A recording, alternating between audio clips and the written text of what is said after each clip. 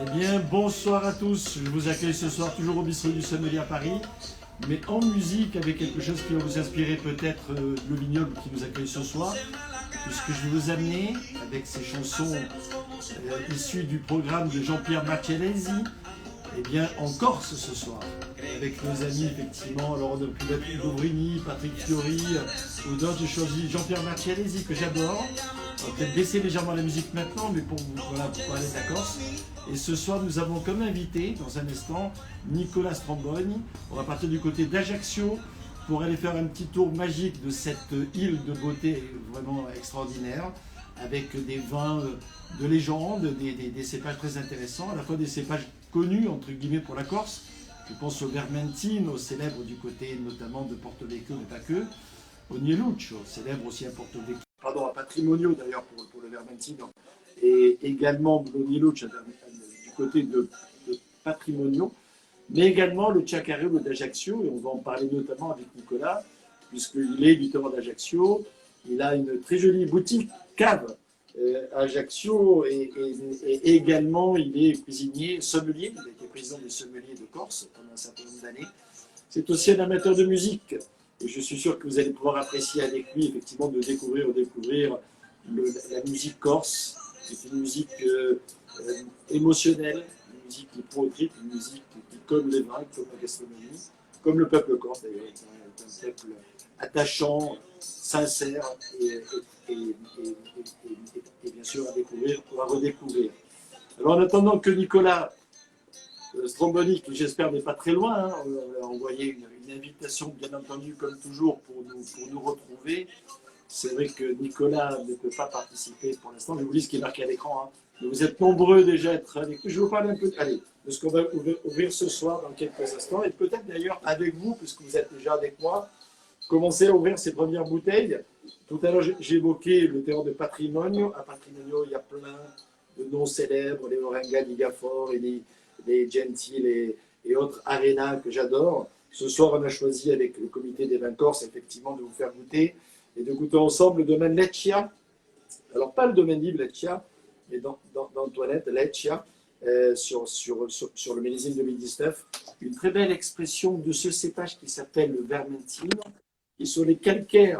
Nicolas, tu vas bien? Est-ce que tu peux parler, mon cher Nicolas? Maintenant, on te voit bien, il suffit plus qu'on t'entend, mais on va vraiment être heureux. Là, on commence à t'entendre maintenant. Hein? J'avais peur que le ponton entre le continent ne soit pas établi. C'est fou, hein? Ça va bien? Bonsoir, Nicolas. Le pédale pour avoir de l'électricité, c'est bonne. C'est bon, c'est bon?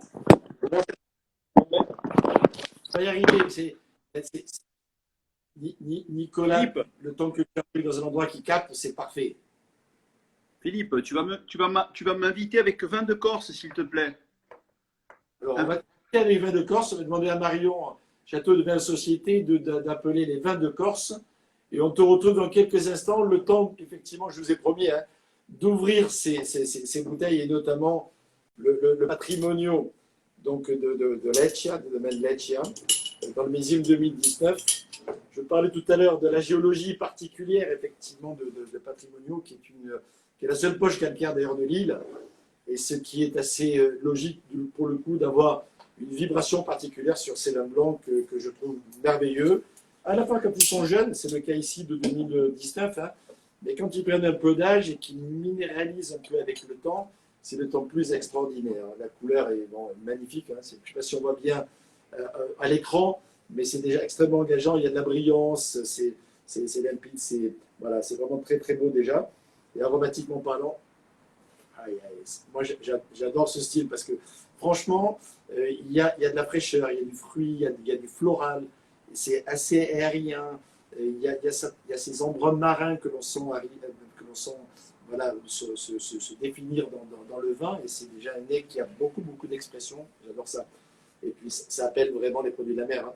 C'est vrai qu'un joli mérou, quelques langoustes de Porcenturi, etc., c'est vraiment l'ambiance qui convient bien à ce magnifique vin blanc de ce terroir de Patrimonio. Alors, vous l'avez compris, notre invité, hein, qu'on va retrouver dans quelques instants à travers l'adresse Vin de Corse. Hein, c'est notre ami Nicolas Stramboni d'Ajaccio, que vous connaissez tous, qui a écrit des bouquins, qui est une vraie personnalité qui incarne la Corse et la sommellerie corse. On salue d'ailleurs tous nos amis sommeliers corses, comme tous les vignerons corses qui nous suivent aussi et auxquels on pense dans cette période tout à fait particulière. Et on espère qu'effectivement Nicolas va nous rejoindre pendant ce temps. Allez, je ne résiste pas au plaisir de goûter ce vin. J'espère que vous avez quelques bouteilles aussi à proximité pour en profiter. Et franchement,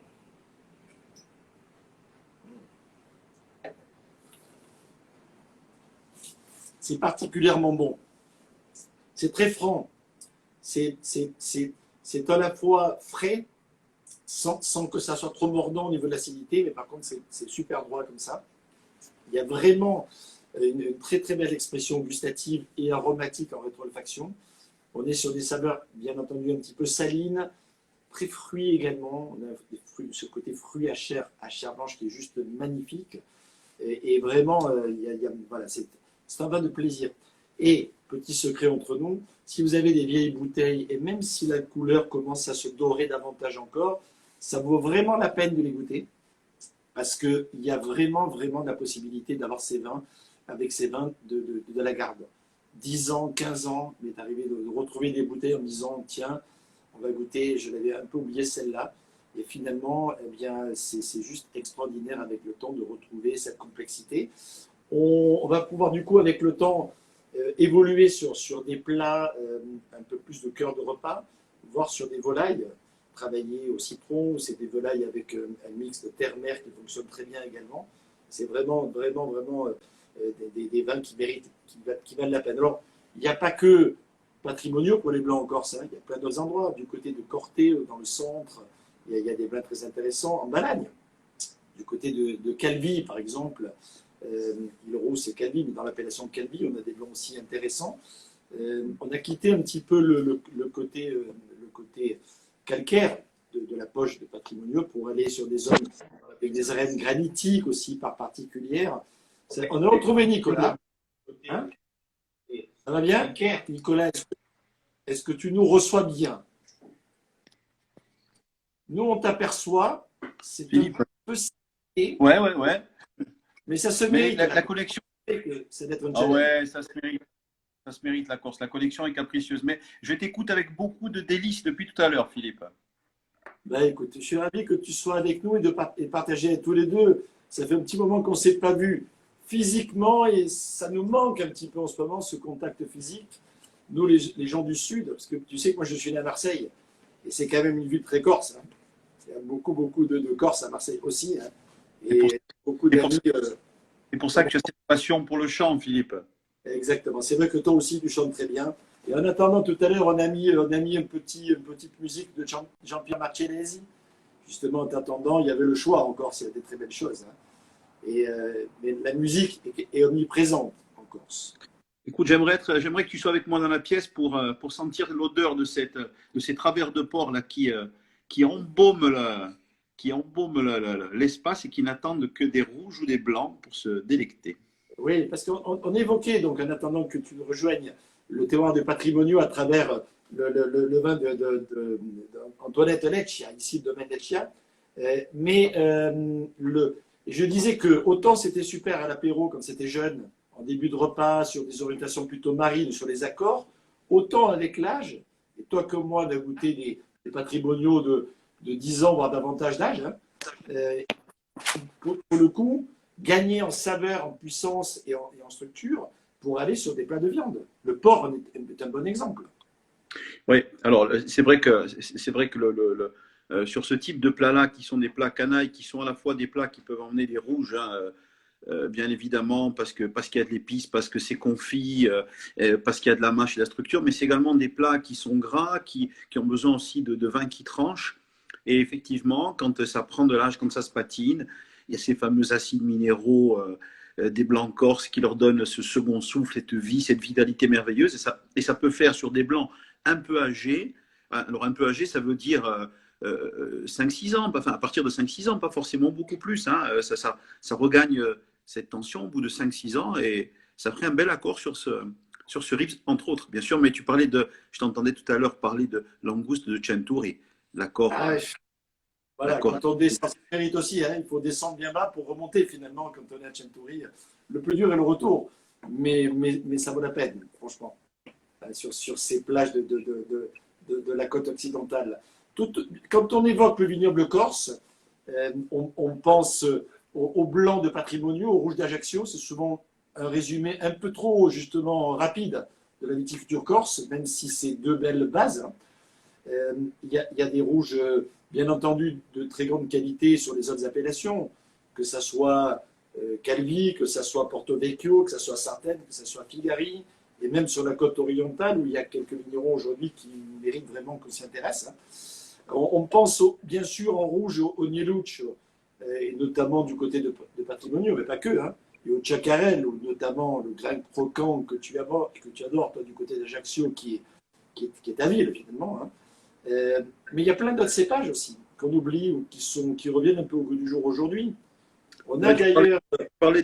Tu parlais effectivement de ce qu'on peut évoquer aujourd'hui, enfin ce que la Corse pourrait évoquer. Tu sais, aujourd'hui, les gens qui viennent nous voir à Ajaccio, de plus en plus, commencent à comprendre que finalement, la grande spécificité de la Corse, c'est que c'est d'abord un vignoble de montagne. C'est un vignoble de grande diversité, puisque quand tu te balades sur les routes corses, d'un paysage à l'autre, d'un virage à l'autre, tu as une flore qui est changeante, tu as une topographie qui est changeante, tu as une minéralité qui est changeante, et cette diversité… Une géologie aussi. Voilà, cette diversité, on la retrouve en sous-sol. Et aujourd'hui, je crois qu'au-delà des cépages, parce que finalement, les cépages ne sont que des outils, au-delà des cépages, ce qui nous passionne aujourd'hui, ce que les gens remarquent de plus en plus, c'est cette fabuleuse diversité géologique et le fait qu'on soit une île montagne. Donc cette grande fraîcheur, tu le soulignais tout à l'heure, cette grande fraîcheur, cette tempérance qui est emmenée par des nuits très froides et des journées très chaudes. Tu sais, j'avais une discussion avec une confiturière il n'y a pas très longtemps qui me demandait comment on faisait une grande confiture. Oui. Alors, je lui ai expliqué que, j'imagine, comme on pourrait tous le dire, il faut forcément des bons fruits, il faut de la chaleur, une bassine en cuivre, surveiller, bien sûr, beaucoup d'amour, et puis une cuisson très, très lente. Et ça, elle m'a dit que c'était la mauvaise manière de faire de la confiture. Elle m'a dit, tu sais, la bonne manière, c'est de prendre des fruits, de les cuire de manière très rapide et de les refroidir aussi vite. Et comme ça, tu garderas la couleur, tu garderas l'énergie, tu garderas la vibrance du fruit, puis tu garderas le goût. Et ça m'a emmené à penser que finalement, ce qui faisait aujourd'hui la beauté de ces vins corses, c'est le fait qu'ils soient à la fois ultra chauffés dans la journée et refroidis presque à blanc le soir, et ça en permanence. Et c'est ça qui fait la grande diversité, si tu veux, en plus de ce qu'on connaît, bien sûr, d'Ajaccio, de Patrimonio, des blancs, des rouges, des nielouches. Et tu évoquais tout à l'heure également les cépages. Et oui, y compris des vieux cépages qu'on redécouvre aujourd'hui. Tu as un bel exemple devant toi de cépages purs. Alors, il faut quand même dire un tout petit mot, c'est qu'aujourd'hui, on est curieux de ces vieux cépages, mais la tradition chez nous voulait que les vignes soient ce qu'on appelle de cépages mêlés. Donc, en fait, chaque cépage jouant ça, toi qui es un musicien, enfin, nous qui sommes des amoureux de la musique et du chant polyphonique, chaque cépage jouant sa partition polyphonique. Bien entendu. Et apporte l'un l'autre pour l'harmonie. Exactement. Exactement. Ce qui est très intéressant, notamment, tout ce que tu racontes est intéressant, Nicolas, mais un point intéressant, notamment, c'est cette différence entre la nuit et le jour en termes de température. C'est vrai qu'on imagine la Corse où même il fait très très chaud la nuit, ça peut arriver, hein, mais c'est vrai que notamment dans la partie nord de l'île, hein, Patrimonio et le Cap, dont je n'ai pas encore parlé, mais dans le Cap, il y a aussi des vins blancs extraordinaires et des très grandes muscats. On le sait, les fameux muscats du Cap Corse. Il y a des nuits qui sont très fraîches. Et même quand on va traditionnellement à la forêt de Lori au mois de juillet, la nuit, il fait froid. Mais donc, tu sais… Cette réserve de fraîcheur obtenue par des nuits fraîches, effectivement, et d'acidité, permettent à ces vins d'avoir une vibration particulière et un bon potentiel de garde aussi. Exact. Mais tu sais, Philippe, au-delà de ça, moi, ce que je remarque, c'est le regard des gens qui commence à changer. On attendait, d'ailleurs, la bouteille que tu as dans la main est un bel exemple. Là. On attend toujours des vins corses. Dans la main, c'est Granagiolo, le Ciaccarello. Le Ciaccarello de Granagiolo. Hein. Dans l'appellation Porto Vecchio, c'est Simplicite Porto Vecchio. Hein. C'est ça, on est en appellation Porto Vecchio, donc on est en sur la côte orientale. On est sur des granites et effectivement, c'est un domaine qui regarde le Levant.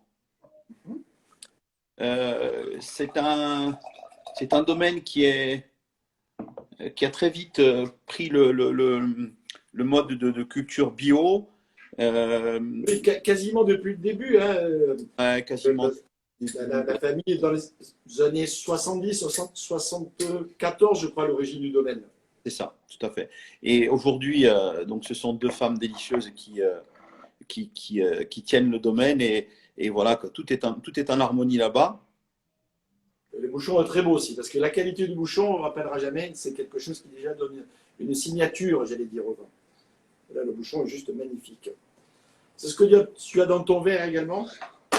Je te suis, mon ami. J'ai beaucoup de peine à faire cet apéro avec toi à distance, mais beaucoup de joie à te le voir et à le partager quand même. Malgré tout, et merci encore à Vins Société, à l'Innovation des Françaises, grâce au programme Un verre, une assiette, de nous donner cette opportunité de partager avec vous tous qui nous suivez ce soir. Je sais qu'il y a un côté un peu frustrant, mais je vous promets que c'est pour la bonne cause et que j'espère que vous allez pouvoir acquérir ces bouteilles. Philippe, goûter, si tu as possibilité de me faire inviter avec le compte de Vins de Corse, s'il te plaît, parce que là, je suis sur le téléphone, je n'ai pas une réception fantastique et ça permettrait d'être sur mon écran d'ordinateur. Si tu as possibilité de me faire inviter sur le compte Vins de Corse. On va essayer, on l'a déjà fait, juste pour nos amis qui nous suivent là. Ne partez pas, on va essayer de retrouver Nicolas sur le compte Vins de Corse et de continuer à déguster ensemble. Hein. Merci beaucoup d'être aussi nombreux avec nous ce soir. Ce fameux Ciaccarello, alors Ciaccarello, c'est le cépage emblématique d'Ajaccio, mais là, vous l'avez compris, on est du côté de Porto Vecchio. C'est un cépage, le Ciaccarello, qui est un cépage qui évoque effectivement la Corse, donc on l'appelle le grain croquant parce qu'effectivement, il y a une peau relativement épaisse et du coup, elle résiste bien à la fois aux conditions climatologiques, à la maturité, aux embruns, etc., pour préserver effectivement le fruit dont on parlait tout à l'heure. Donc, ça donne vraiment de très jolis vins. Souvent, une couleur, on ne le voit pas trop ici, mais une couleur pas trop dense, même si celle-là est quand même relativement marquée. Mais souvent, c'est très transparent et souvent en couleur, ça rappelle des pinots. C'est vrai qu'en dégustation à l'aveugle, souvent, nous sommes on dit tiens, la couleur, elle pinote un peu par sa transparence. Et finalement, quand on met le nez dedans, quand on a ces notes épicées, ce côté un peu maquis, ces petits arômes de myrte sauvage, etc., qui sont vraiment l'évocation de ce qu'on ressent en Corse, eh bien, voilà, là on retrouve effectivement ce terroir méditerranéen empli d'une générosité abondante et en même temps d'un équilibre dont on parlait tout à l'heure, la fameuse harmonie. Hein, ça fonctionne très très bien. Alors, on a un petit peu du mal à aller sur le site Vins de Corse, en même temps sur des ordinateurs, c'est pas toujours évident. Donc on va peut-être être obligé de revenir sur nos fondamentaux de liaison avec notre ami Nicolas. Mais effectivement, c'est pas toujours simple de communiquer, mais bon, on va y arriver. En tout cas, je suis ravi que vous soyez là et que vous ayez envie de connaître un peu plus cette Corse célèbre. Alors, moi, parmi mes coups de cœur dans les différents domaine Pieretti, par exemple, comme le Clonic Rossi ou les vins du domaine Gioielli, ça, c'est effectivement les jolis fleurons du Cap Corse que j'adore. La cuvée marine, par exemple, de Nina Pieretti, ça, c'est vraiment une très, très jolie cuvée. Sur le patrimoine, on a déjà évoqué largement un certain nombre de vignerons. Sur Calvi, et sur l'appellation Calvi, il y a une grande tradition d'un vin qu'on appelait le gris. Et notamment, il y a le Clos Landry à Calvi qui fait un gris, donc un rosé à tendance un petit peu plus colorée, qui s'appelle le gris, qui est vraiment un très joli vin original aussi, même si le domaine Maestrachi, le Clos del Ziprato, etc., sont des vins également qui ne manquent pas de caractère. J'espère qu'on va retrouver Nicolas, parce que lui, c'est un grand spécialiste des vins corses d'une façon générale. C'est un cuisinier également. Il nous a préparé un travers de porc avec une recette. C'est une recette historique. Désolé, mais on n'arrive pas à se connecter avec le vin de Corse. Donc, il va falloir composer, mon cher Nicolas, avec ça. Et au moins, on peut déjà un peu communiquer ensemble de cette façon-là. On était en train de faire le tour un peu de quelques domaines sympathiques.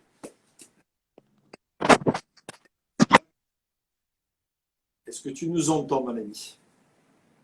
Est-ce que tu arrives à te connecter? Ne bouge plus, ça Est-ce que tu fonctionne. m'entends? Oui, Non, ne bouge plus. c'est pas ton moi qui bouge, mon ami. On est bon? Hein? On est bon? On est bon, oui. C'est Parfait.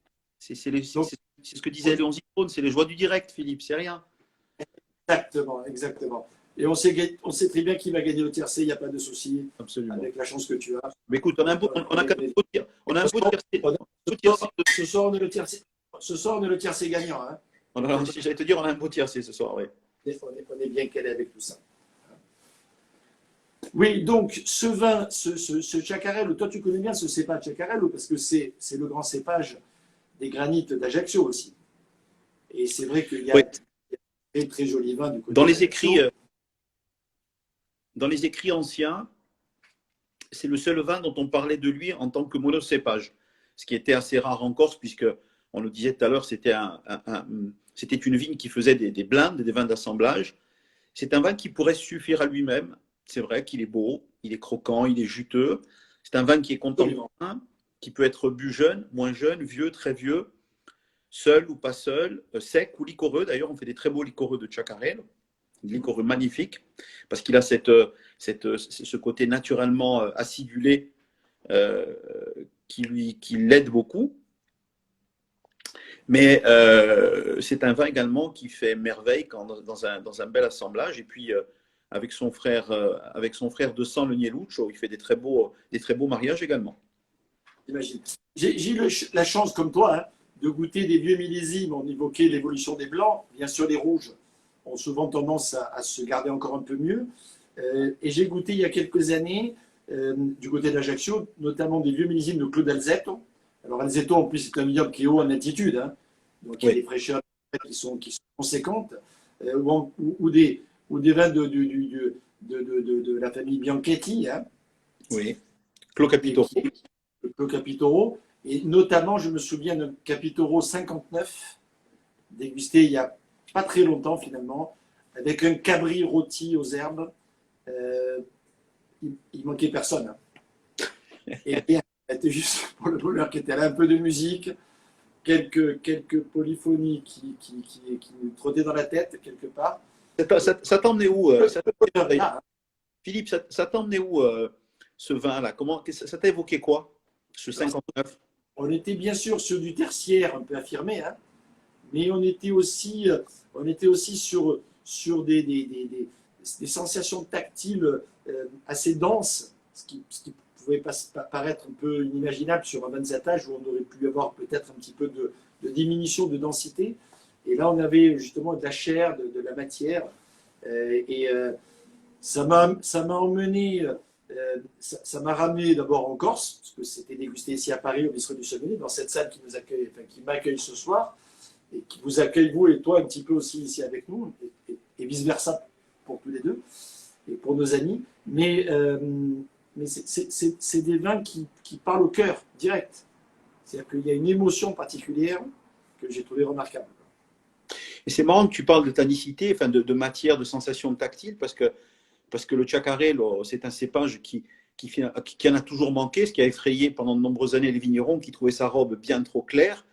Et c'est un cépage qui a une peau très fine. Hein. Le Chacarello, ça veut dire littéralement qui éclate sous les doigts. Donc c'est un cépage qui est extrêmement délicat, qu'on doit cueillir avec beaucoup de précaution, peu de pépins, beaucoup de chair, donc plus de jus que de matière finalement. Et donc c'est un cépage, on pourrait penser, quand un néophyte arrive ici, notamment quelques œnologues qui sont arrivés au début et qui ont essayé de le tanniciser, c'est une motorisée expression, qui ont essayé de le colorer, finalement, s'apercevant que ce côté atone qu'il avait dès le départ, il gardait pendant 50, 60 ans. Et toi, si tu te rappelles un petit peu de la couleur, il n'y a rien de particulier qui t'a choqué, si ce n'est qu'elle était celle d'un vin évolué, mais qui ne tirait pas sur l'oranger, j'imagine.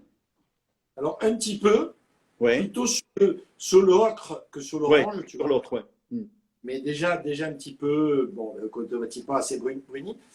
Clair, comme j'évoquais tout à l'heure, ça rappelle parfois certains pinots, hein, ou Oui. certains pinots rappellent le chacarel, ou ça dépend qui parle finalement. Mais surtout, ce côté funambule, tu sais, du vin qui est encore là, on se dit, tu vois, il est encore Oui. très présent, il Oui, marche, ouais, il tout à tombe fait. pas. J'aime beaucoup ton expression. J'aime beaucoup ton expression, funambule, elle est très claire. C'est vais-je basculer d'un côté ou de l'autre, mais je tiens le rang, je tiens le fil et j'avance. Oui, tout à Et fait.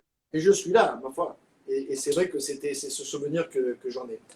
Et alors, je vais ouvrir également, parce que le temps passe un petit peu, il y a des plaisirs à faire. D'abord, j'ai ouvert il y a quelques jours Santarmetto, le Minustello. Minustelo, minus, abré, Ça aussi, c'est un vieux cépage. ouais, minuste, donc minus, hein, en latin, c'est petit. Oui. Euh, et donc, voilà, c'est un cépage qui a du coup, qui aurait une parenté avec le chacaril dans l'aromatique, un peu dans la tenue d'ailleurs, mais qui a un peu plus de concentration, peut-être un peu plus anguleux sans aller sur les tanins du Nielouch. C'est un cépage qui est très intéressant, notamment sur des cuisines très épicées, mais pas structurées. D'accord.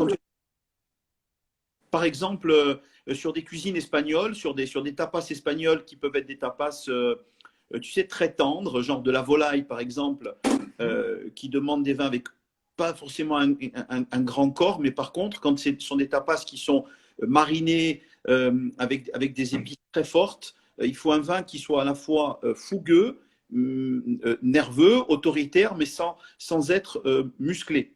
Et c'est le cas du Minustelo. Ça marche très bien sur du chorizo, par exemple. Tu vois, quand tu fais tout. Oui, c'est ce que je pense. Un chorizo plutôt doux, pas trop épicé. Alors écoute, alors, ça dépend. La notion d'épice, tu sais, elle est assez vaste, mais en tout cas, sur un chorizo qui picote un petit peu, ça fonctionne assez bien. J'imagine. Alors, Alors, j'ai profité ce type de cépage, hein. de ton intervention pour ouvrir un vin dont j'aimerais que tu nous parles quand même, parce que c'est un vin particulier. Bon, il est fait en amphore, ça devient pas fréquent, mais ça devient un peu plus souvent le cas dans la démarche. Le domaine s'appelle Canereccia. Clos Canerecce. Titi Estève, vigneron affable, affectueux, talentueux, bien sûr. Donc, on est à Aléria, on est toujours sur la partie Levant, et puis Aléria, c'était la patrie de Rome. C'était la patrie de Rome, donc vinifié en amphore à Aléria, ça s'entendait de manière presque naturelle. Alors, qu'est-ce qu'emmène l'amphore? Pourquoi l'amphore est intéressante? D'abord, ce qui est bien, c'est que, encore, si tu veux, étant privé d'histoire depuis presque un siècle, on ne s'est rien interdit. Donc, l'amphore est arrivé assez vite, je dirais, dans les contenants qui s'imposaient pour faire des essais dans les caves, chez les uns et chez les autres. L'amphore, elle est intéressante parce qu'elle est abrasive. Et dans une amphore, il y a une forme de convection permanente. C'est-à-dire que le vin est en mouvement.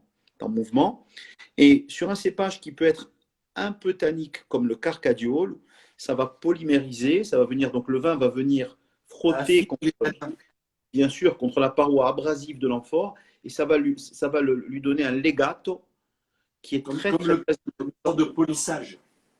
exactement, ça va le polir.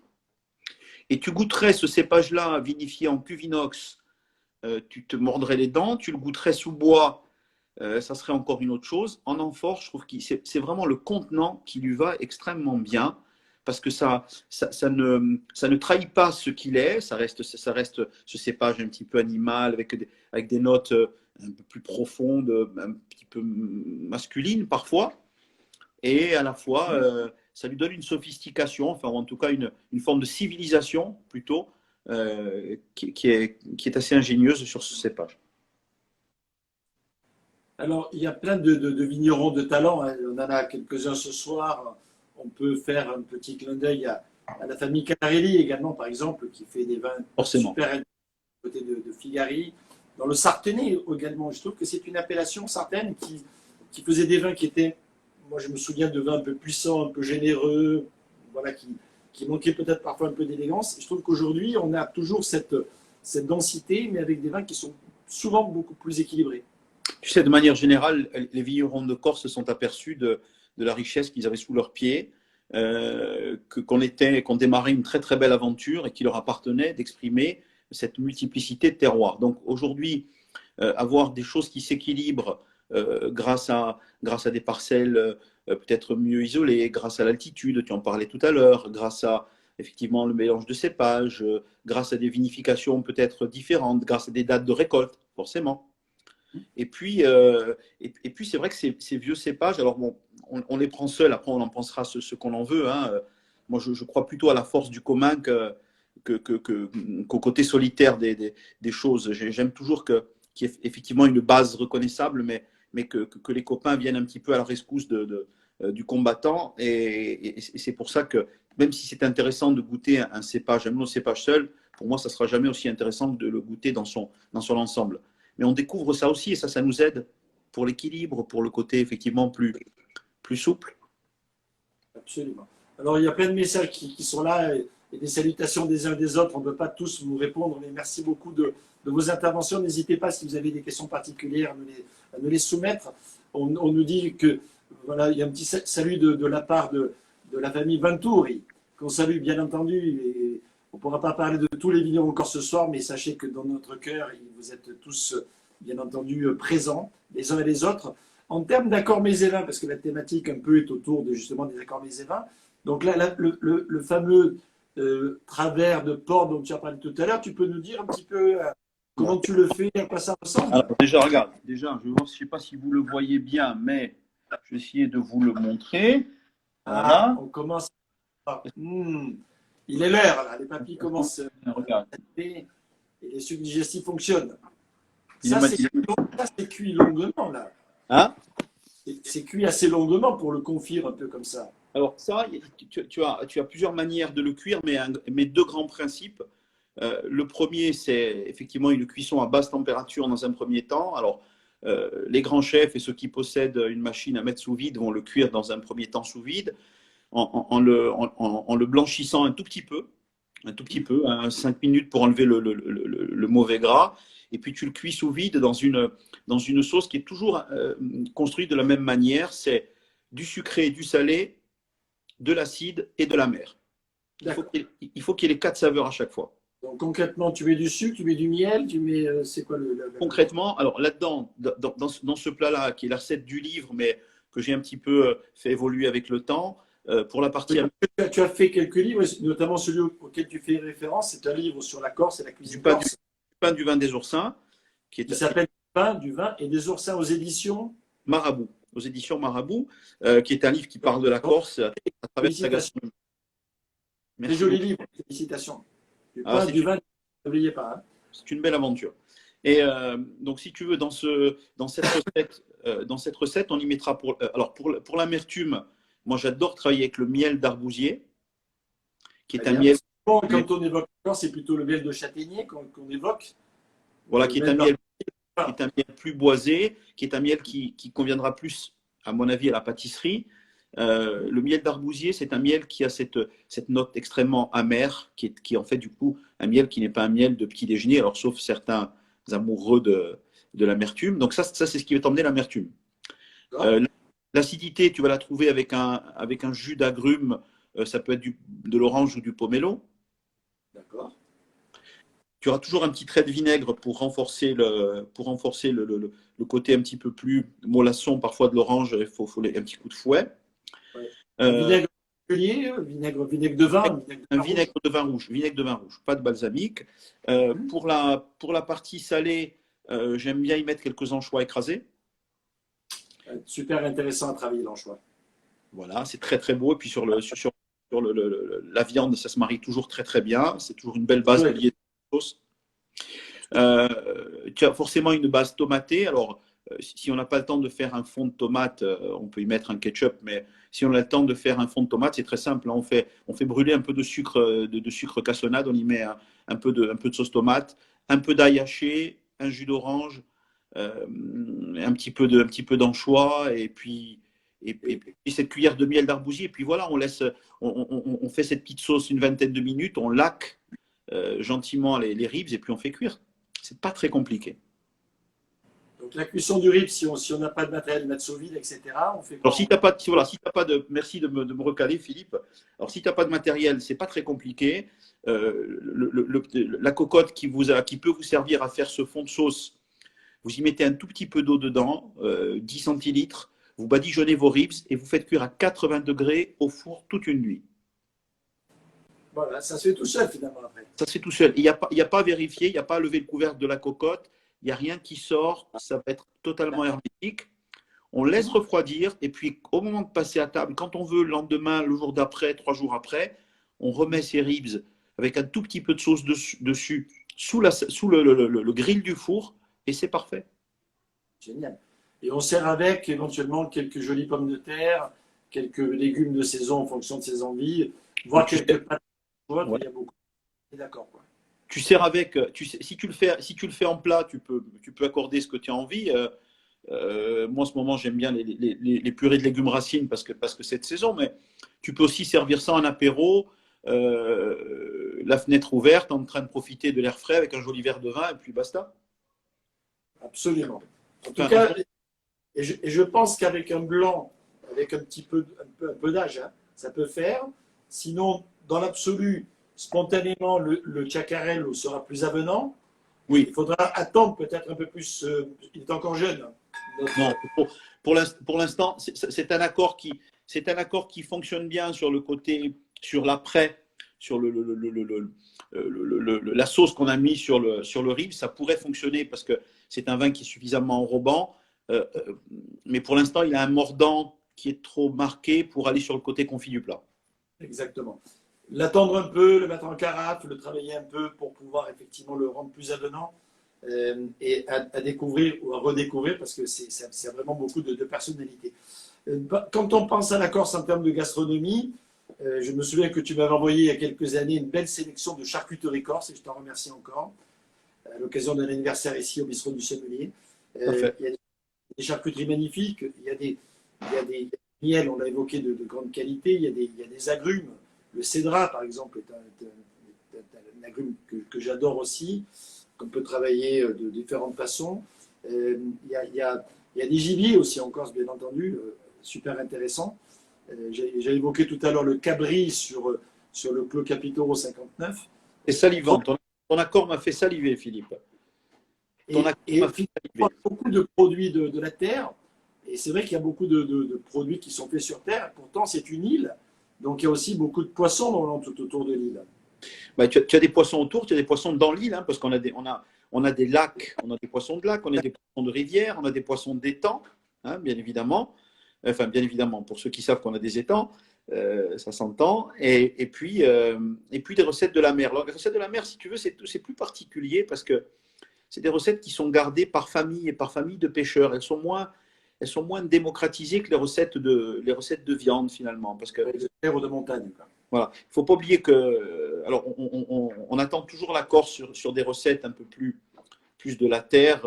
C'est ce qu'on trouve le plus fréquemment, mais il y a beaucoup plus de recettes à base de poissons, de crustacés, d'éléments d'eau en général que d'éléments de terre, tout simplement parce que tu as beaucoup plus d'espèces dans l'eau que sur terre. Mais par contre, ce sont des recettes qui sont gardées par des familles de pêcheurs et qui les donnent avec parcimonie. Alors moi, pour ma petite histoire perso, depuis que j'ai fait ce livre, j'ai souvent des familles de pêcheurs qui viennent me voir, qui disent « Mais vous savez, moi j'ai cette recette-là, si vous voulez, un jour, si vous faites un livre, je veux bien vous la confier. Mais il faut le dire à personne. » Je dis « Bon, là, ça va être compliqué, parce que si on fait un bouquin, il faut un bouquin, c'est compliqué.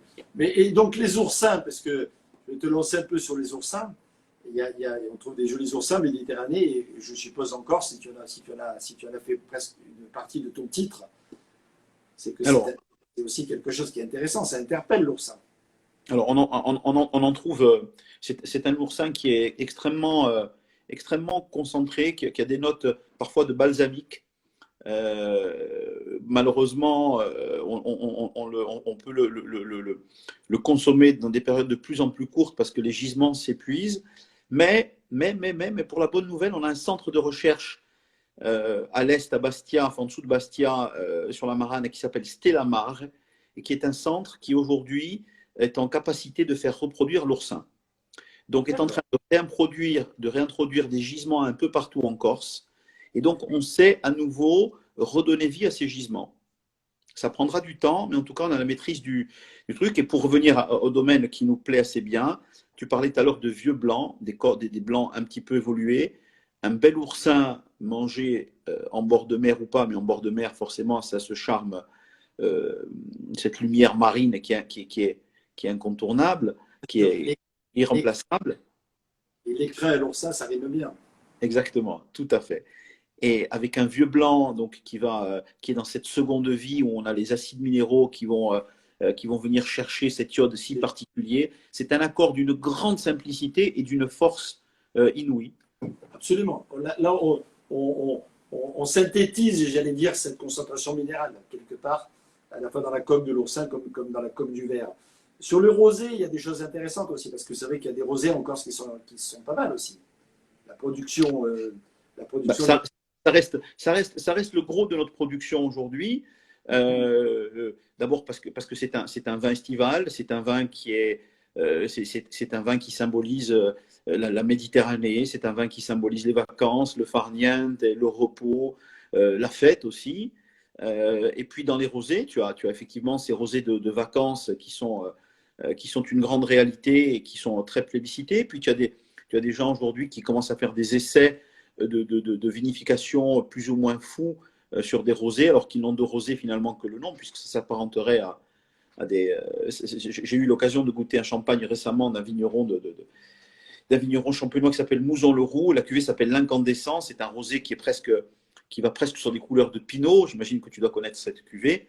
Et on a aujourd'hui des vignerons, voilà, qui commencent à travailler sur des robes comme ça. Alors bien sûr, ça surprend le client habitué. C'est habituel du rosé d'aujourd'hui.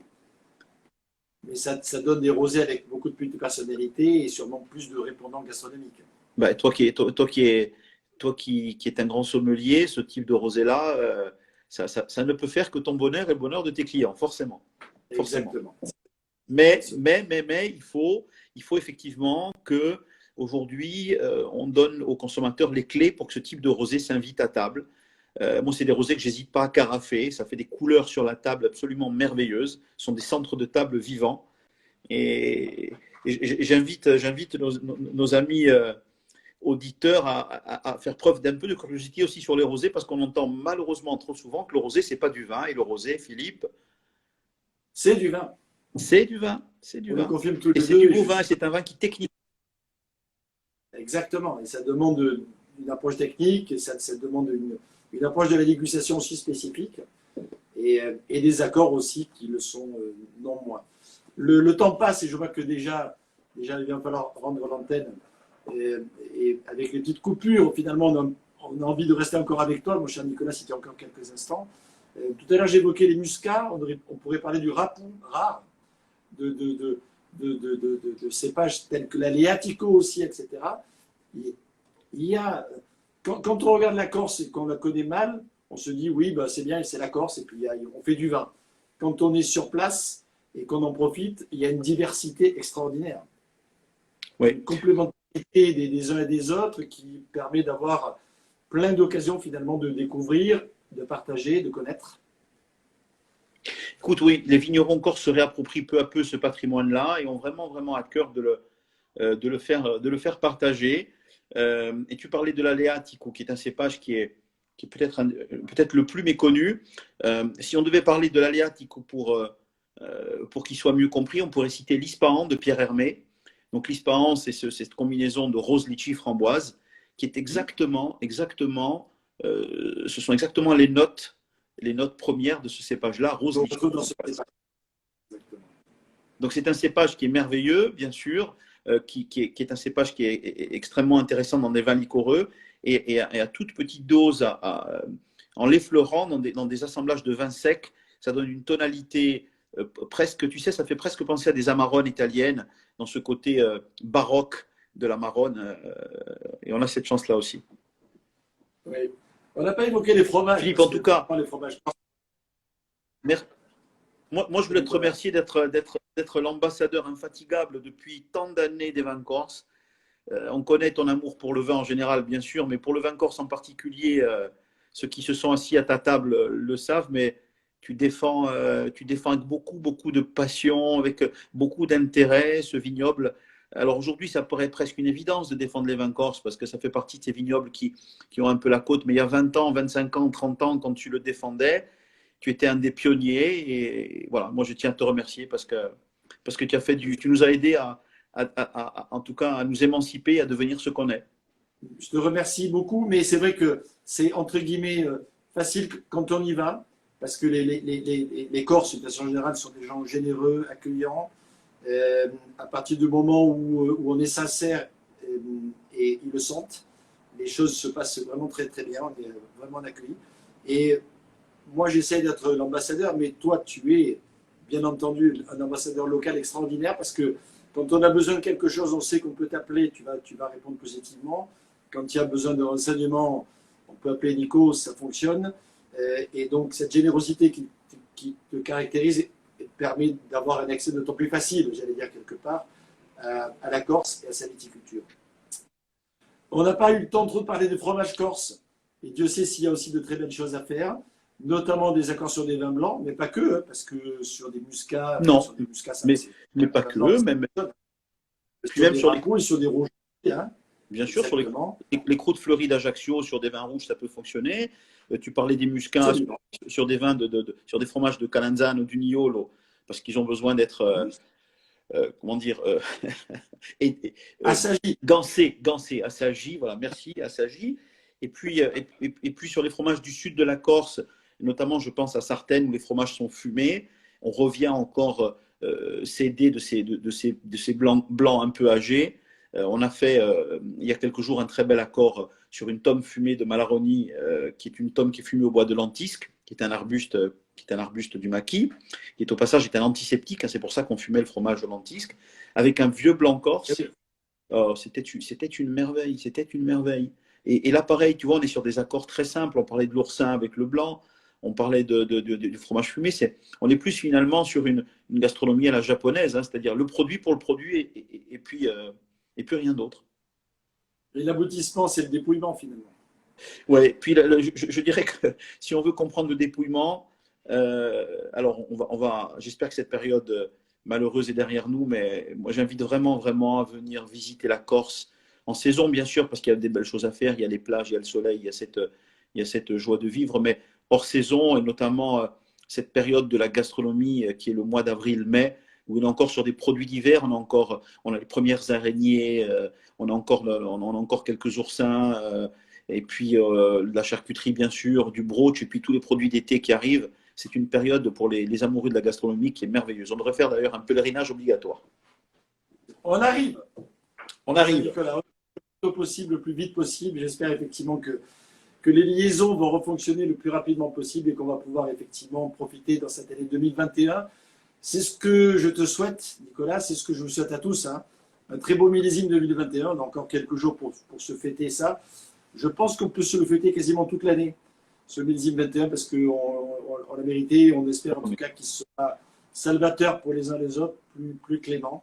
Et encore merci d'avoir été aussi brillant ambassadeur, non seulement du pain, du vin, des oursins, voilà, mais surtout de la viticulture corse et du peuple corse, et plus encore de l'âme corse, parce que c'est ce à quoi on a rendu hommage ce soir. Merci à toi. Merci Philippe d'avoir invité les vins de Corse et de m'avoir permis de te revoir à nouveau. À salute. À salute. Et à tous qui nous suivaient, pace et salute, paix et santé, nous le méritons. Exactement. Et cette année 2021, et bravo encore d'avoir une île, je veux dire, de montagne, tu l'as dit tout à l'heure, avec en plus un sentier de grande randonnée qui porte un numéro extraordinaire, puisque c'est GR20. Donc, au vin corse également, à travers non seulement ses routes des vins, mais son sentier de grande randonnée autour du vin. Salut Nico, à bientôt. Salut à tous.